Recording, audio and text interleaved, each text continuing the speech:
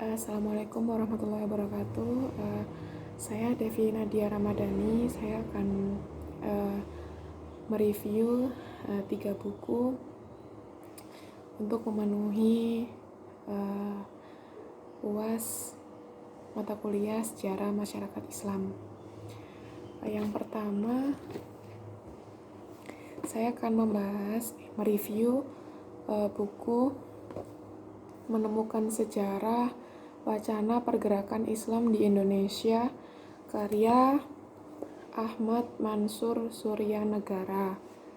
Ini bukunya saya pinjam sebelum pandemi COVID. Jadi di dalam buku tersebut membahas Islam menjadi beberapa bagian bacaan.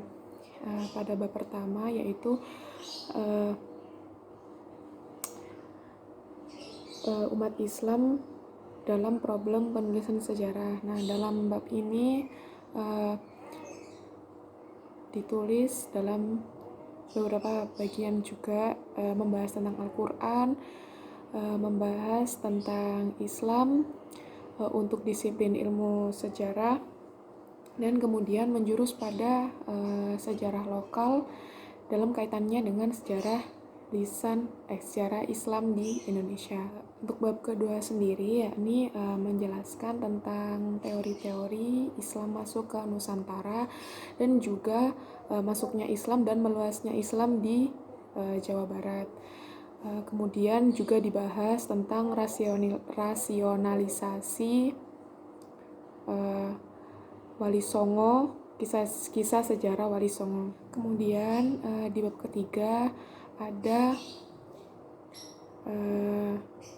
Islam pada masa kerajaan dan perlawanannya terhadap imperialis Belanda. Kemudian di bab keempat yakni membahas tentang tokoh-tokoh dan organisasi pergerakan seperti Sarekat Islam, Muhammadiyah, dan juga Nahdlatul Ulama, yakni sebagai peran umat Islam dalam kebangkitan kesadaran nasional. Dan tokoh-tokoh yang dibahas yakni Hos-Cokro Aminoto dan juga Kiai Haji Ahmad Dahlan. Dan bab terakhir yaitu tentang bagaimana umat Islam mempertahankan proklamasi dengan upaya-upaya depolitisasi, dan juga dibahas tentang PKI yang menentang proklamasi 17 Agustus 1945. Nah, dan juga di dalam buku ini dijelaskan tentang pengetahuan-pengetahuan yang banyak masih belum diketahui oleh masyarakat tentang fakta-fakta otentik yang dibahas oleh penulis yang berkaitan dengan sejarah Indonesia, seperti tokoh R.A. Kartini yang mendorong penerjemahan Al-Quran di Indonesia. Kemudian Sisingamaraja itu ternyata beragama Islam, dan kemudian perang Sahil Ambarawa yang terkenal di dalam sejarah Indonesia yang dipimpin oleh para ulama. Selain itu, penulis juga menganalisis bahwa kebangkitan nasional Indonesia ditandai pada awal mula berdirinya Sarekat Dagang Islam, bukan dari awalnya terbentuk organisasi Budi Utomo. Dikarenakan juga pada faktanya Kongres pertama Budi Utomo yang pertama menolak persatuan Indonesia. Seperti itu. Saya akan mereview buku ini, Sejarah Peradaban Islam Dirasa Islamiyah 2, karya Dr. Badri Yatim MA. Seperti ini bukunya. Di dalam buku ini penulis menjelaskan sangat lengkap, mulai dari Arab sebelum Islam, kemudian riwayat Nabi Muhammad SAW, dan kemudian yang terakhir peradaban Islam di Indonesia. Di dalam buku ini dijelaskan awal mula agama Islam berkembang. Yang pertama pada abad 650 sampai 1000 Masehi pada Khilafah Rasyidah, Khilafah Bani Umayyah, dan Khilafah Bani Abbas.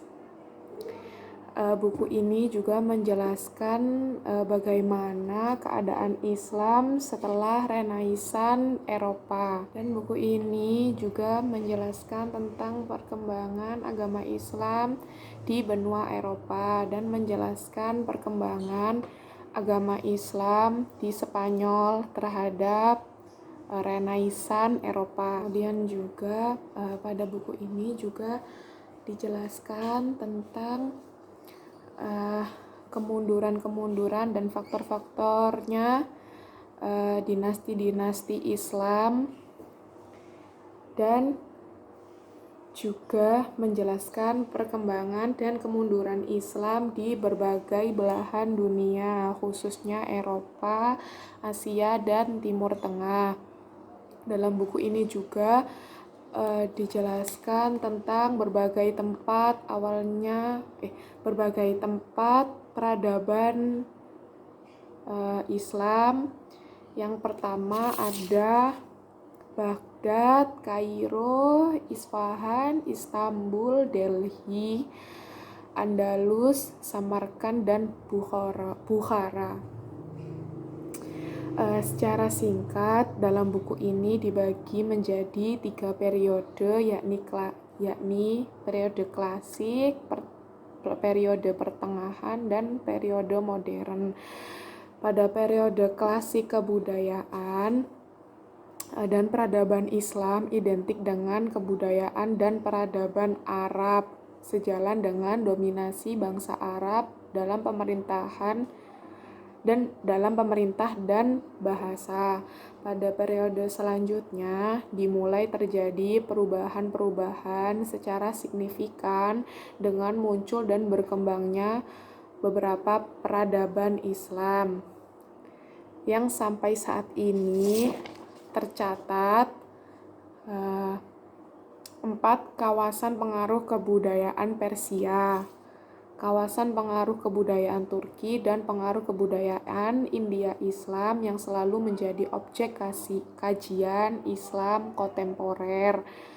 Pengajian sejarah Islam di Indonesia mendapatkan porsi cukup besar dalam buku ini mengingat penyebaran Islam di Nusantara memiliki corak yang khas. Seperti itu. Buku selanjutnya yakni buku yang cukup terkenal, karya Clifford Geertz yang berjudul Agama Jawa, Abangan, Santri, dan Priai. Nah, buku ini dijelaskan pada rentang waktu tahun 1953 hingga 1954 dan fokus spasial dari buku ini yakni di Mojokerto, Jawa Tengah. Buku ini sangat menarik bagi berbagai ahli seperti sosiologi, antropologi, maupun politik untuk memperdalam ilmunya mengenai agama Islam. Pada pendahuluan dijelaskan kondisi geografis kota Mojokerto sendiri, yakni yang mempunyai populasi penduduk sebanyak 20.000 yang terdiri dari 18.000 orang Jawa, kemudian 1.800 orang Cina, dan selebihnya adalah etnis Arab dan minoritas lainnya.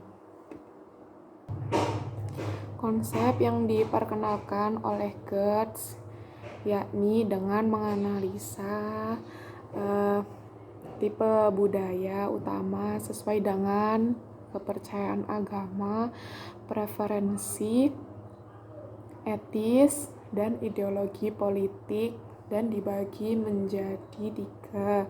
Yang pertama yakni varian abangan, yaitu menekankan pada animisme dan sinkretisme Jawa secara keseluruhan dan diasosiasikan sebagai petani dan pedagang. Maaf, salah, yang tadi itu yang diasosiasikan sebagai petani dan penduduk. Yang kedua yaitu varian santri, yakni menekankan Islam sinkretisme yang pada umumnya diasosiasikan dengan unsur pedagang. Dan yang ketiga yaitu varian priai yang menekankan aspek-aspek Hindu dan diasosiasikan dengan birokrasi, unsur birokrasi. Meskipun dibagi menjadi 3 golongan, tapi 3 golongan ini bukan menjadi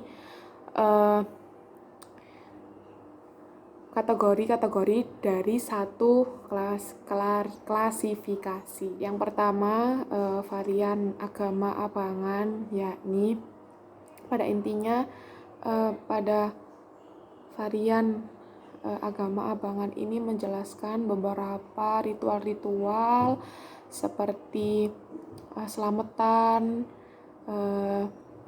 menjelaskan tentang tata caranya dan apa saja yang perlu disiapkan. Juga pada pembahasan kali ini membahas tentang roh-roh halus, ilmu-ilmu gaib dan sebagainya yang identik dengan Jawa. Kemudian varian agama santri, yakni ia dimanifestasikan dalam pelaksanaan yang cermat dan teratur. Ritual-ritual pokok agama Islam seperti sholat 5 waktu, berpuasa, dan juga menunaikan ibadah haji. Kemudian ia dimanifestasikan dalam suatu organisasi Islam, organisasi sosial, amal, dan politik seperti Muhammadiyah, Masyumi, Nadlatul Ulama, yang nilai-nilainya bersifat anti birokratik dan egaliter dan juga bebas.